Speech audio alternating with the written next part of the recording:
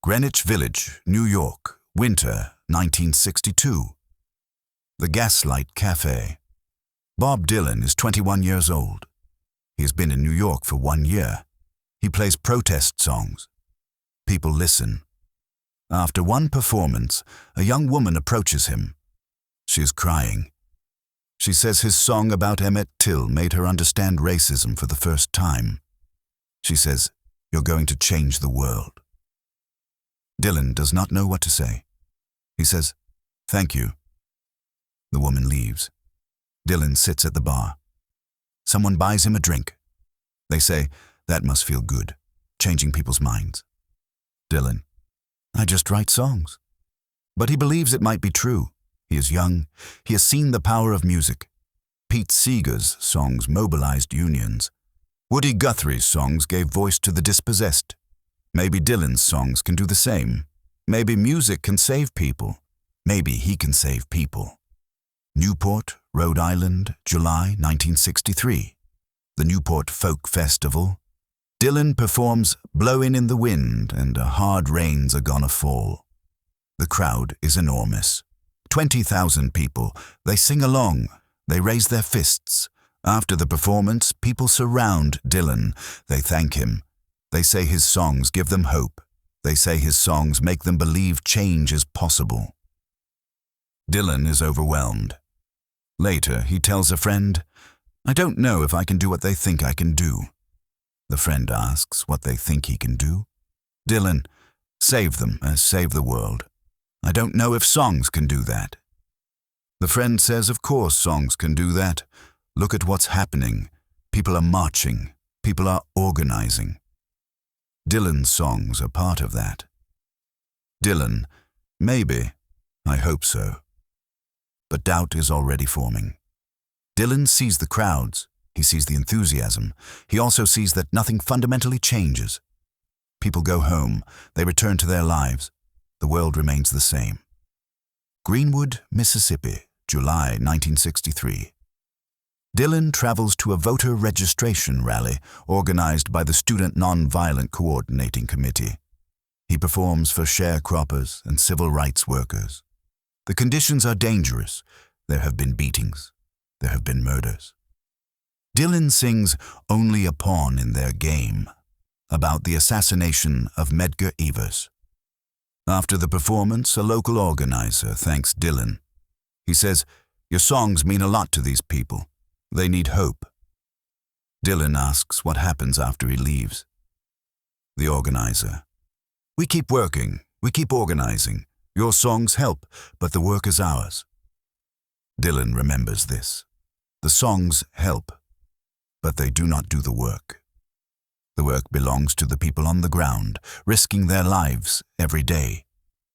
Dylan is a visitor. He performs and leaves. He cannot save these people. He can only sing. New York City, August 1963. Dylan is interviewed by Studs Terkel. Terkel asks if Dylan believes his songs can change society. Dylan, "I don't know. I hope they can. But songs are just songs. They're not actions. Actions change things." Terkel, "But songs inspire actions." Dylan, "Maybe. Or maybe people who are going to act anyway, just like having songs to sing while they do it." Terkel, "You sound cynical." Dylan, "I'm not cynical. I'm realistic. I write songs. Other people have to change the world. I can't do it for them." The interview reveals Dylan's growing awareness. He is not a savior. He's a songwriter. The distinction matters. Washington, D.C., August 28, 1963. The March on Washington. Dylan performs with Joan Baez. They sing "When the Ship Comes In." 250,000 people attend. Martin Luther King Jr. delivers his "I Have a Dream" speech. The day feels historic. Afterward, Dylan is quiet. Baez asks what he's thinking. Dylan, "All these people, all this hope. What happens tomorrow?" Baez, "Tomorrow we keep fighting." Dylan, "But will anything actually change?" Baez, "That's not for us to decide. We just have to do our part. Dylan's part is songs, but he is beginning to realize songs are not enough. Songs can inspire. Songs can unite. Songs cannot legislate. Songs cannot enforce. Songs cannot fundamentally restructure society. In October 1963, Dylan releases The Times They Are A-Changin'. The title track becomes an anthem. People quote the lyrics. They print them on posters. They believe Dylan is prophesying a new world. Dylan is less certain. In an interview, a journalist says, "You're giving voice to a generation's hopes." Dylan: "I'm writing songs. The hopes belong to the generation, not me." The journalist: "But you're leading them." Dylan: "I'm not leading anybody. They're following each other. I'm just making noise in the background." December 1963. The Emergency Civil Liberties Committee awards Dylan the Tom Paine Award.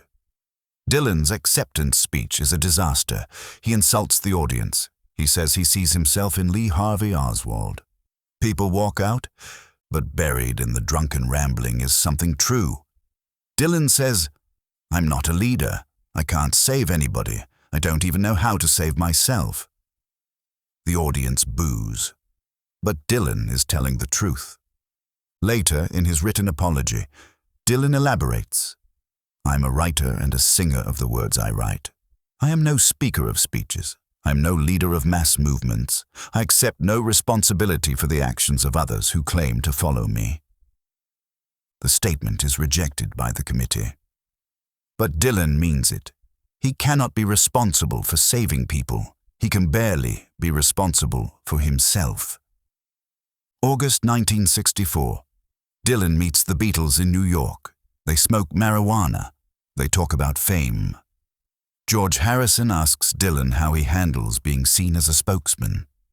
Dylan: "I don't. I ignore it. Because I can't be what they want. I'm just a person." Paul McCartney asks if Dylan feels pressure to write protest songs.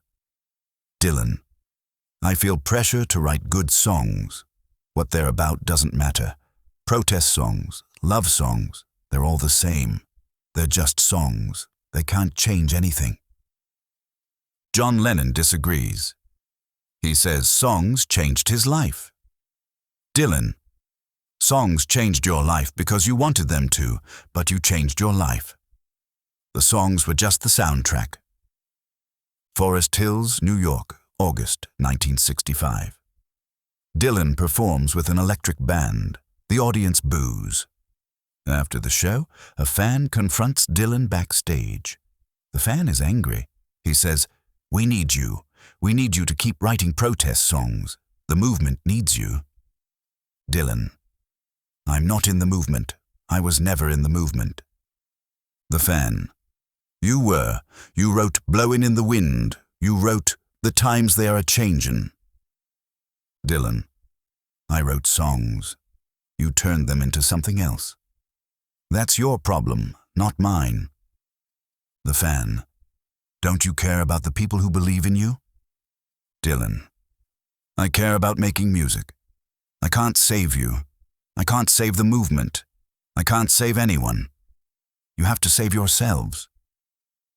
The fan leaves, devastated. Dylan sits down. He is exhausted. The burden of other people's expectations is crushing him. In a 1965 press conference in San Francisco, a journalist asks if Dylan feels responsible for his influence on young people. Dylan: "No, I'm not responsible for anyone but myself. If people want to be influenced by me, that's their choice. But I didn't ask for that responsibility." Another journalist: "But don't you think artists have a duty to—" Dylan interrupts: "No. Artists have a duty to make art. That's it. Everything else is extra." The answer angers many people. They believe artists, especially successful ones, owe something to society. Dylan rejects this framework entirely. December 1965. Dylan marries Sarah Lowndes. They keep the marriage secret. Dylan wants privacy. He wants a life separate from Bob Dylan, folk hero. He wants to be a person, not a symbol. In early 1966, Dylan is asked in an interview why he is so secretive about his personal life. Dylan: "Because it's mine. Because I'm not public property. Because I have a right to exist as a person, not a cause." The interviewer: "But people look up to you." Dylan: "Then they're looking in the wrong direction. They should look up to themselves." May 1966. The Judas incident in Manchester. After being called a traitor, Dylan tells the band to play fucking loud. After the show, backstage, someone asks Dylan why he continues if the audience hates him. Dylan: "Because I'm not here for them. I'm here for me. I used to think I was making music to help people. Now I realize I was making music because I needed to make music. If it helps people, fine, but that's not why I do it." July 29th, 1966. Woodstock, New York. Dylan crashes his motorcycle. The accident is not serious, but Dylan uses it as an excuse to disappear. He needs to escape. He needs to stop being Bob Dylan's savior. During his seclusion, Dylan records the basement tapes with the band. The songs are loose, playful, nonsensical. They are not trying to save anyone. They are not trying to change the world. They are just songs. Robbie Robertson later says, "In Woodstock, Bob seemed free for the first time. He wasn't trying to be anything except himself. The pressure was gone." In 1968, Dylan gives his first major interview after the accident. John Cohen and Happy Traum from Sing Out visit him. They ask about his time away. Dylan: "I needed to remember who I was. I'd become this thing, this symbol. I'd forgotten I was just a person making music." Cohen: "Do you feel you abandoned your audience?" Dylan: "I never had an obligation to my audience. I had an obligation to myself. If the audience was disappointed, that's unfortunate. But I couldn't keep being what they wanted."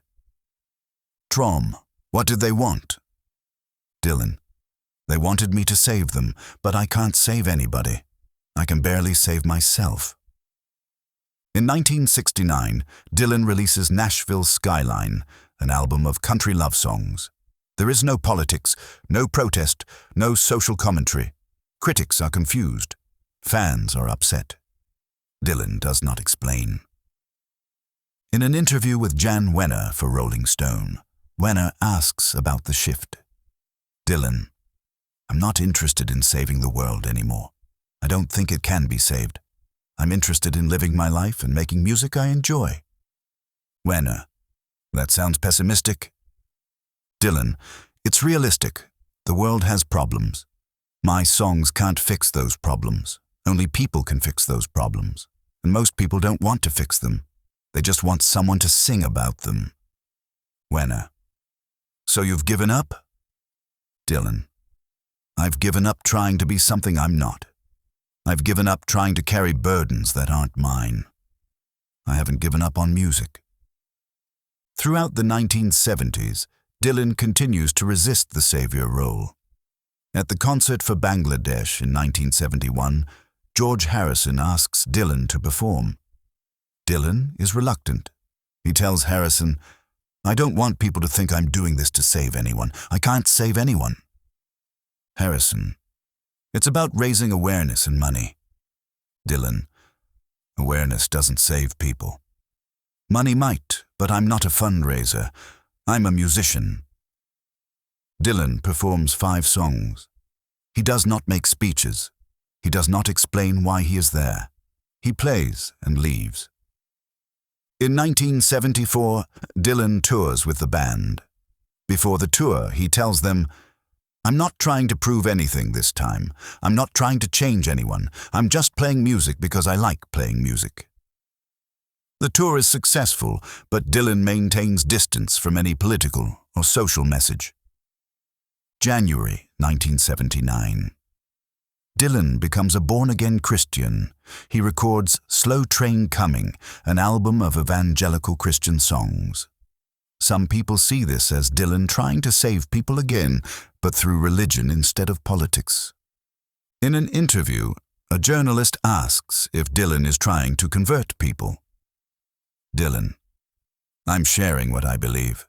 If people want to listen, fine. If they don't, that's fine too. But I'm not trying to save anybody. Only Jesus saves people. I'm just a messenger. The journalist: But you're using your platform to spread religion. Dylan: I'm using my platform to express myself. That's what I've always done. If people think I'm trying to save them, they're wrong. I can't save anybody. Only God can save people. Even in his religious phase, Dylan maintains that he is not a savior. He is a messenger at best. The actual saving is beyond his capacity. By 1983, Dylan has moved away from explicit Christian messaging. In an interview, he is asked if he still believes. Dylan: I believe what I believe, but I'm not preaching anymore. Preaching doesn't help. People find God if they want to find God. I can't make them. The interviewer: So you've given up on evangelizing? Dylan: I've realized that everyone's journey is their own. I can't walk it for them. I can only walk mine. In 1985, Dylan participates in Live Aid. He performs with Keith Richards and Ronnie Wood. At the end, Dylan says, I hope that some of the money that's raised for the people in Africa, maybe they could just take a little bit of it, maybe 1 or 2 million maybe, and use it to pay the mortgages on some of the farms. The comment is awkward and poorly received. Dylan is trying to help, but he realizes afterward that he doesn't know how. In a later interview, he says, I shouldn't have said that. I don't know anything about farm mortgages. I was trying to help, but I don't know how to help. I'm not a policy expert. I'm a musician. Throughout the 1990s and 2000s, Dylan continues to distance himself from any savior narrative. In a 1997 interview with Newsweek, he's asked about his legacy. Dylan: I don't think about legacy. I think about making music. If my music has helped people, I'm glad. But that was never the point. The point was always the music itself. In 2004, Dylan publishes Chronicles, Volume 1. In it, he writes extensively about his early days in New York. He writes, I never wanted to be a leader. I never wanted to save anyone. I just wanted to write songs. But people projected onto me. They made me into something I wasn't. It took me years to escape from that. He continues, the harsh truth is that songs can't save anybody. Songs can inspire, can comfort, can unite. But the actual work of changing lives, changing society, that has to be done by individuals making difficult choices. A song can't make those choices for you. In a 2006 interview with Jonathan Lethem for Rolling Stone, Dylan reflects on his protest song era. Lethem asks if Dylan thinks those songs made a difference. Dylan: They made people feel good. They made people feel like they were part of something. But did they actually change anything? I don't know. The civil rights movement would have happened with or without my songs. The people doing the real work were the ones on the ground, risking their lives. Lethem: But surely your songs contributed. Dylan: Maybe they contributed, but contribution isn't salvation. I contributed some words and melodies. Other people contributed their lives, their safety, their freedom. My contribution was minimal compared to theirs. In 2012, Dylan receives the Presidential Medal of Freedom. President Obama says, there's not a bigger giant in the history of American music. All these years later, he's still chasing that sound, still searching for a little bit of truth. Dylan accepts the medal. He does not make a speech.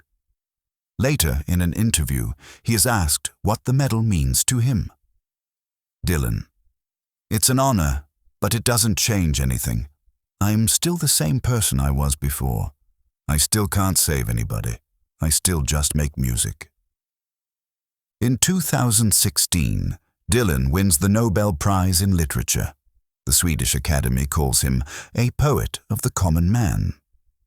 In his Nobel lecture, delivered via recording, Dylan discusses his influences.